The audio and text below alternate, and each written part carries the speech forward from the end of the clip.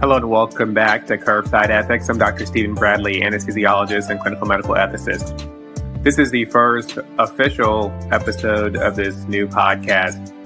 I will be bringing over episodes from what was previously called Ethically Sourced, a supplement to the Black Doctors podcast, and will be uploading them to the new server so that they will be available under the Curbside Ethics platform. Again, the point of this podcast is to help you, the listener, navigate and make difficult clinical decisions for the welfare of our patients.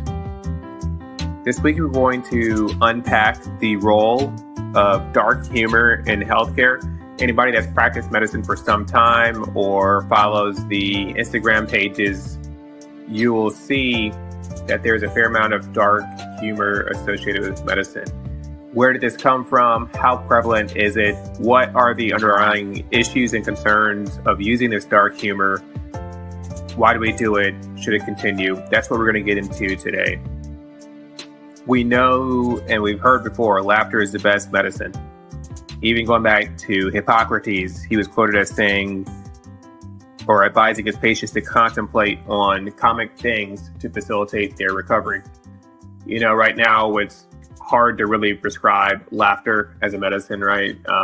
There's so many other clinical options, but we do interact with patients, and humor and levity helps to improve that clinical interaction and improve the patient-physician relationship. Oftentimes, humor can help put patients at ease. You can get through difficult situations together. You can build better relationships, and sometimes it encourages the patient to kind of connect and bond and share more than they otherwise would have with their physician. From a clinician perspective, oftentimes we use humor to relieve tensions, to build camaraderie on the team. It can help relieve that feeling of burnout. It just brings some levity and pleasure and helps us get through what can sometimes be very dark and dreary days in this profession of healthcare. If we were truly honest with ourselves, I think dark humor is fairly common in medicine. Some of the concerns with this dark humor is that the chance that it could dehumanize patients, it could decrease patient trust in their physicians and healthcare providers. You know, it's just frowned upon. It is not very becoming of a profession that's built on trust. As resident physicians and medical students are within the training pipeline, seeing these behaviors modeled kind of decreases their trust in the system as well, and can go on to build feelings of resentment or moral distress in these budding physicians. Moral distress is that deep, dark feeling that practitioners will feel when you're aware that you're not really acting like you should. You want to do something that you think is right, but there's some external issues that are preventing you from doing so. It can make you feel very powerless and just give you that dark feeling that we're so unfortunately accustomed to in healthcare. Whether it's dealing with patients with chronic or terminal conditions or looking at the different systemic resources that we don't have, this relief valve of humor is sometimes used and can help us get through these situations. If we're not careful, though, this dark humor can actually do the opposite of what is intended or when it's intended to be used for good. And dark humor can worsen relationships in healthcare.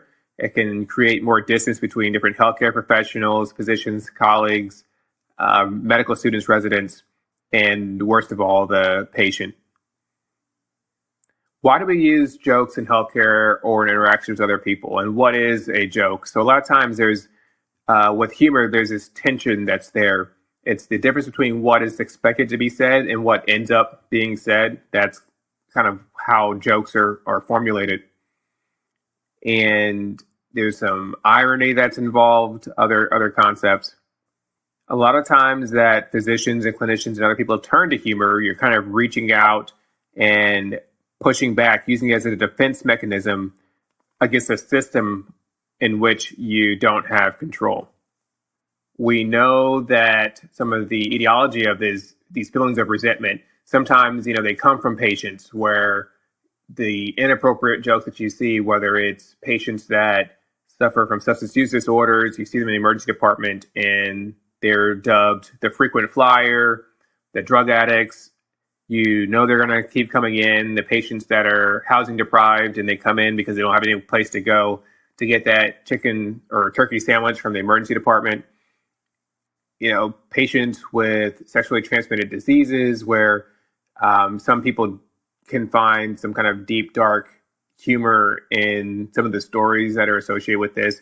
And if we're not careful, we can easily start to dehumanize our patients and use that coping mechanism of humor to the detriment of these patients. Patients are more than punchlines. I think most clinicians, that's not their intention, that they discriminate against and make fun of their patients. But it's something that if we're not careful, that defense mechanism can start to bleed over and start to affect patient care. Or at the very least, our internalized biases and concepts about our patients.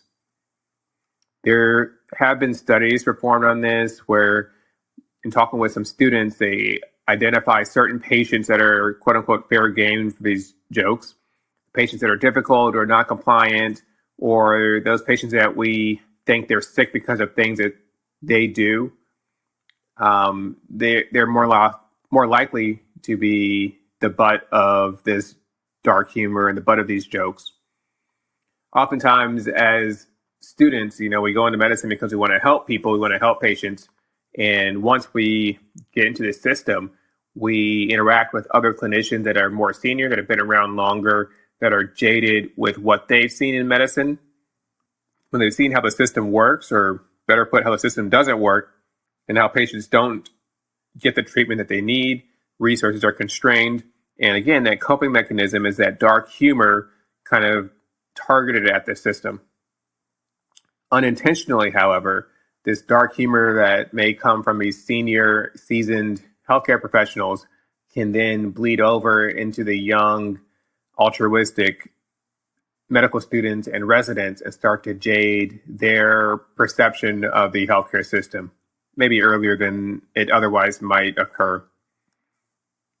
One thing that helps when you start to slip off down this rabbit hole of this dark humor, and you maybe get concerned that I might be getting close to offending a patient or changing my internal perception of patients for the worse, you got to constantly reframe your thought process, change your frame of mind, realize that you're here ultimately for the patient, and that what is driving that dark humor, something is there. Something is causing you to use this as a defense mechanism, identify that and target that directly. The stories go on, whether it's, after a code and despite doing everything you can do, the patient still passes away. And some people immediately switch over into that defense mechanism of humor or levity, in that they did all they could do and maybe crack a joke or laugh about something associated or parallel to what just occurred.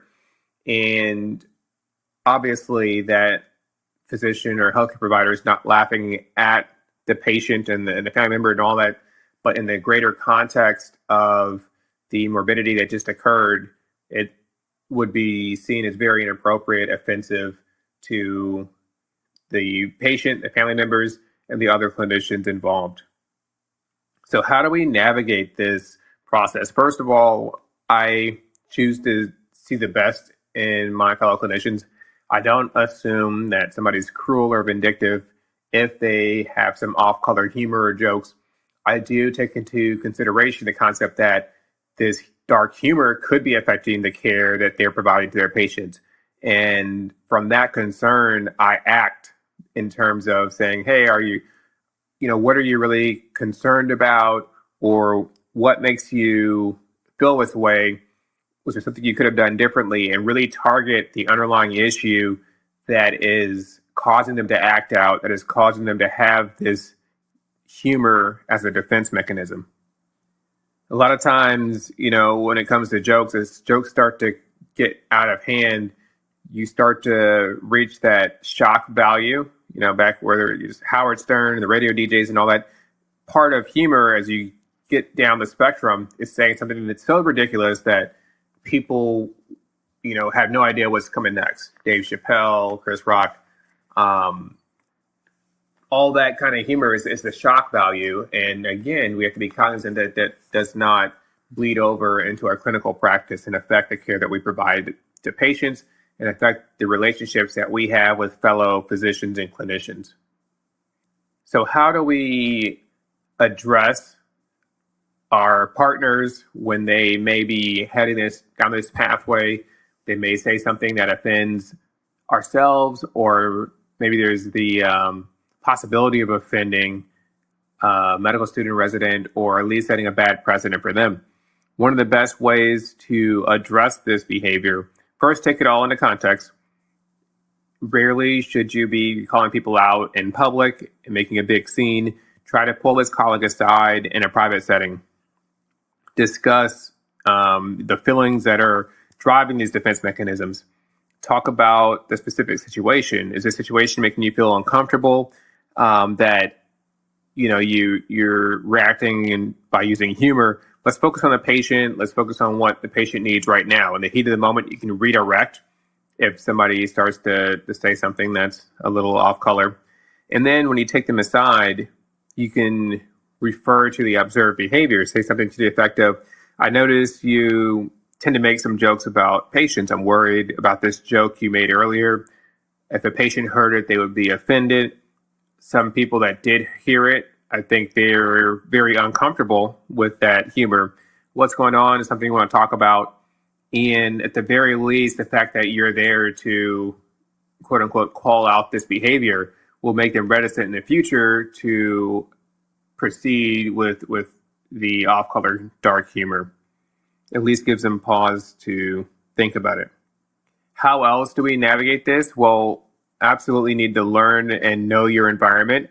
Know who's around when you're saying the things that you say. So many times we can get carried away, whether we're in the pre-op holding area or the recovery room or the emergency department, and we have those amazing soundproof curtains. Patients can hear everything that we're saying if they're listening.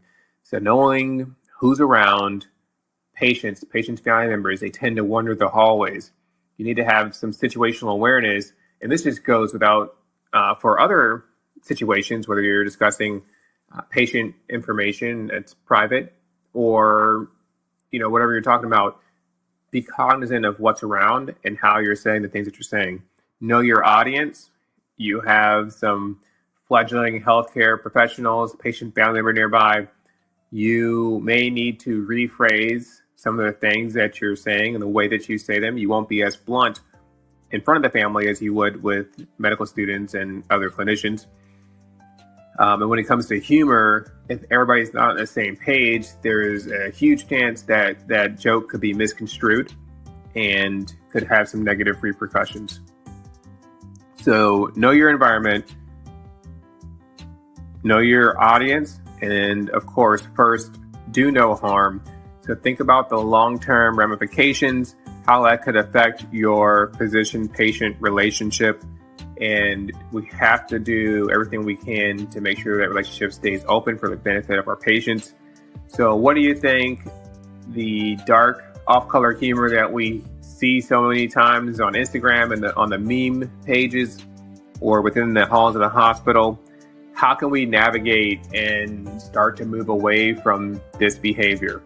Our patients need this, our families, our colleagues, and trainees, we all need to work together to move towards a more palatable, respectful form of humor associated with medicine. Thank you for tuning in to Curbside Ethics. Every week, we're planning to bring you an episode where we discuss some aspect of healthcare and healthcare-related ethics, health equity, something that can help you, not super clinical, but it can help you provide better care to the patients that you serve. I'm Dr. Stephen Bradley, your host. Thank you for tuning in. We'll catch you next week.